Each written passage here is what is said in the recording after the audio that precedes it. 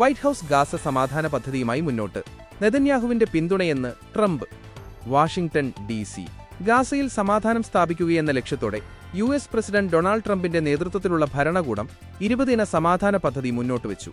ഏകദേശം 2 വർഷമായി തുടരുന്ന ഇസ്രായേൽ-പലസ്തീൻ സംഘർഷം അവസാനിപ്പിക്കാൻ ലക്ഷ്യമിട്ടുള്ള ഈ നിർണായക പദ്ധതിക്ക് ഇസ്രായേൽ പ്രധാനമന്ത്രി ബെഞ്ചമിൻ നെതന്യാഹു പിന്തുണ പ്രഖ്യാപിച്ചതായി പ്രസിഡന്റ് ട്രംപ് സ്ഥിരീകരിച്ചു. വൈറ്റ് ഹൌസ് പുറത്തിറക്കിയ ഈ വിപുലമായ പദ്ധതിയിൽ ഗാസയിലെ ഭരണം, സുരക്ഷ, പുനർനിർമ്മാണം എന്നിവ സംബന്ധിച്ച നിർദ്ദേശങ്ങളാണുള്ളത്.